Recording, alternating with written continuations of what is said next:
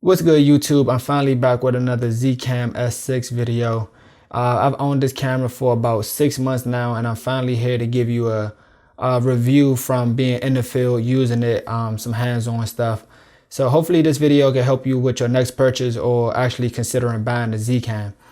So I don't want this video to be a copy and paste of the last video that I did. I want this information to be useful for you. So there are going to be some things that I'm not going to mention in this video, but I'll leave a link in the description below so you can check out the pros and cons of this camera. I already did a video on that, but this video I'll be focusing more on the use of the camera and what I liked about it, what I didn't like about it, actually using it out in the field. So with that being said, the first thing I would like to talk about is the autofocus on this camera. Coming from Canon, using this camera, the autofocus is really suspect.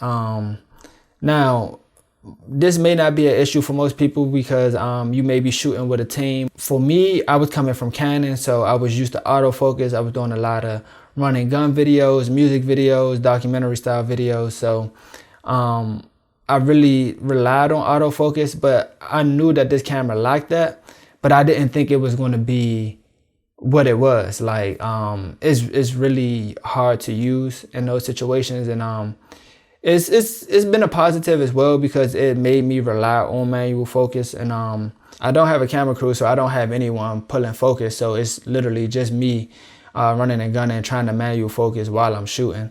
And honestly, it's haven't been that bad of an experience. It's actually teaching me a lot. It's helping me plan my shots better. Just think about what I'm actually doing, what shots I'm going to get. And just all around is really helping me. For most people, this may not be an issue because you may be shooting with a crew, or you may be used to shooting manual focus already, and you may have a lot of follow focus gear with you. So if that's the case, then you'll be good. Now, one thing that I truly enjoy about this camera is the ability to customize it. When I'm out shooting, I really have no worries at all about getting whatever shot that I need. I could easily rig this camera up and get into spots that I normally wouldn't be able to get into with my stabilizer. So that's really like one of the things that I love about this camera. I bought an 8-cent camera rig, and with that I also have a small rig side handle, and I believe a small rig top handle as well. Those go on easy. It takes less than a minute to tighten those up, get those put on the cage. So that definitely benefits someone like me who does a lot of run and gun stuff, music videos, documentaries. You know, I don't really have time to really set up a lot of gear and, you know, things like that. So it's really helpful. For example, I was shooting in a tight spot. I already had the 8-cent cage on the camera, and with that cage, it's still able to fit onto the DJI Ronin M. Yes, I still shoot with the Ronin M, the OG. Thinking about upgrading that soon, but with this setup, it's still able to fit on there. So when I ran into the problem that I ran into trying to get inside the car with the stabilizer, and I realized, oh, I couldn't get in, I took the 8-cent cage and the camera off of the Ronin, and I was able to attach the side handle and the top handle and get back to shooting within less than 2 to 3 minutes. So things like that is really pleasant to have while you're out shooting and on set, especially when you're a one-man crew like I am. If you have help, then, you know, it may be easier to do whatever you got to do, but it was really helpful for me. So while I'm talking about being able to customize this camera, I want to mention again that the ability to use your phone with this camera is a game changer. Like, I can't even explain how clutch this is. There's times where I'm just out shooting and I don't want to have my big 7-inch monitor, you know, weighing me down. I can just open up the app on this phone. It's very reliable. Even without the cord, if you want to use it wirelessly, it's still reliable. I've probably had one instance where the app really wasn't working well for me, and that was in the beginning. But once I figured out how to use it, I really haven't ran into any problems. And it's just great, especially if you want to stay light. You know, like I said earlier, you're running and gunning, and you just want to get into those tight spaces, or you don't want to lug around all that weight. It's great to be able to build this thing out the way that you want to, and to know that you can use a phone that has false colors, graphs, like all the things that the top monitors in the game have, you have that on your phone. Now, the only downside of that is it is a phone, so, you know, give or take what comes with that. You know, some clients may look at that a certain type of way. You know, they may not want you shooting with a phone, or you may be on the other end of the spectrum where your clients really don't care as long as the outcome is good and, you know, you're performing to a high level with your end result. They may not even, you know, care about how you get the job done. But that's just something to consider, like, especially if you do a lot of work for yourself. Like me, I do a lot of YouTube videos. Sometimes I just want to go out and grab B-roll or just shoot some fun projects for my friends.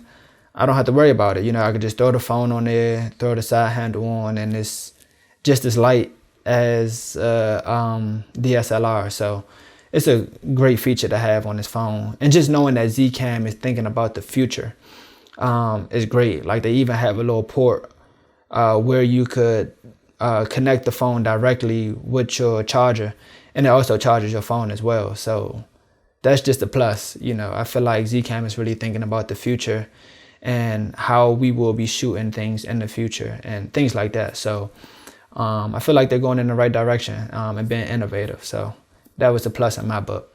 This camera is great, and it has so many different file formats that you can shoot from, different encoders, and all that is great. But for a person like me, I get very overwhelmed when I have all of these options. So my mindset when I first bought this camera was, okay, I'm just going to set it to 6K and I'm going to shoot in Z-RAW, because this at 10-bit, because this is the highest format that I can get. This is the highest quality I can get from this camera. This is why I bought the camera. I don't want nothing less than this.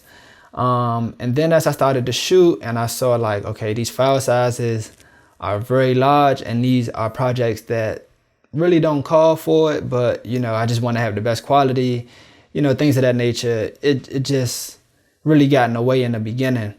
Then I started to explore other options, you know, shooting in 5K, 4K, they even have 2K on this camera. You can shoot in 1080p. It's so many. I'm not going, you know, you can look in the description and see. But it really overwhelmed me because I didn't know, you know, what I wanted to shoot in, how I wanted to shoot it. And then I had to get used to, okay, if I'm going to shoot this in 6K, I may not have 120 frames per second with this encoding. So it's like so many different variations that you have to remember while you're shooting. Is like, it really makes you plan ahead.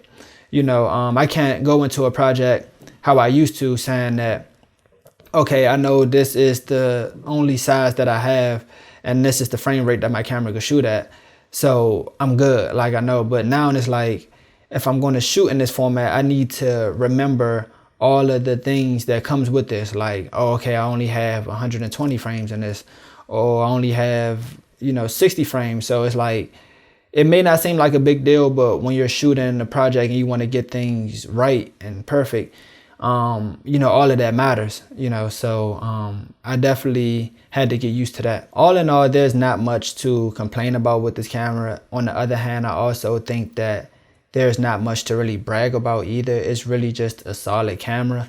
I bought this camera knowing its limitations, knowing that the autofocus wasn't as great, knowing that it had to be built out. These were all things I already had in mind. I believe that you should rent out a camera before you buy it. So I definitely would recommend that. Just get your hands on it and really, you know, see how you like it and, you know, all the ins and outs to it before you actually make a big investment like this. But I already kind of knew this was the camera for me. So I'm not really complaining much.